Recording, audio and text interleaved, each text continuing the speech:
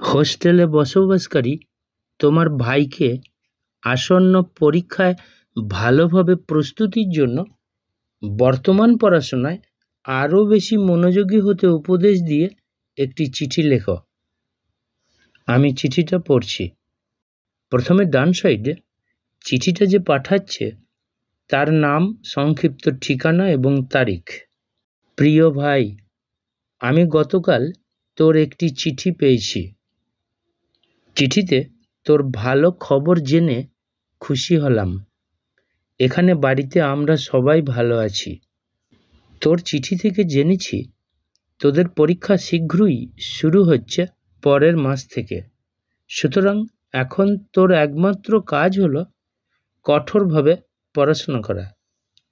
ভালো প্রস্তুতি নিতে হলে তোকে পড়াশোনায় আরও মনোযোগী হতে হবে। আমি আশা করি তুই পাঠ্য বইগুলি সঠিকভাবে অধ্যয়ন করছিস। এছাড়াও ক্লাসের শিক্ষকদের নির্দেশনা অনুসরণ করতে হবে। তোর এখন প্রতিদিন গণিত এবং ইংরেজি বেশি বেশি অনুশীলন করা উচিত। সমস্ত বিষয়গুলি সমানভাবে নজর দিতে হবে। তুই যদি সময় নষ্ট করিস তবে তুই আসন্ন পরীক্ষার জন্য ভালোভাবে প্রস্তুত হতে পারবি না।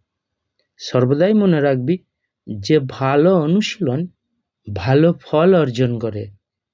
এখন আর নয়, পরীক্ষার শেষে বাড়ি ফিরে আসিস। তোর প্রতি ভালোবাসা জানিয়ে চিঠিটা শেষ করছি। ইতি, তোর দিদি অঞ্জলি। বাম সাইডে ভাইয়ের হোস্টেল অ্যাড্রেস।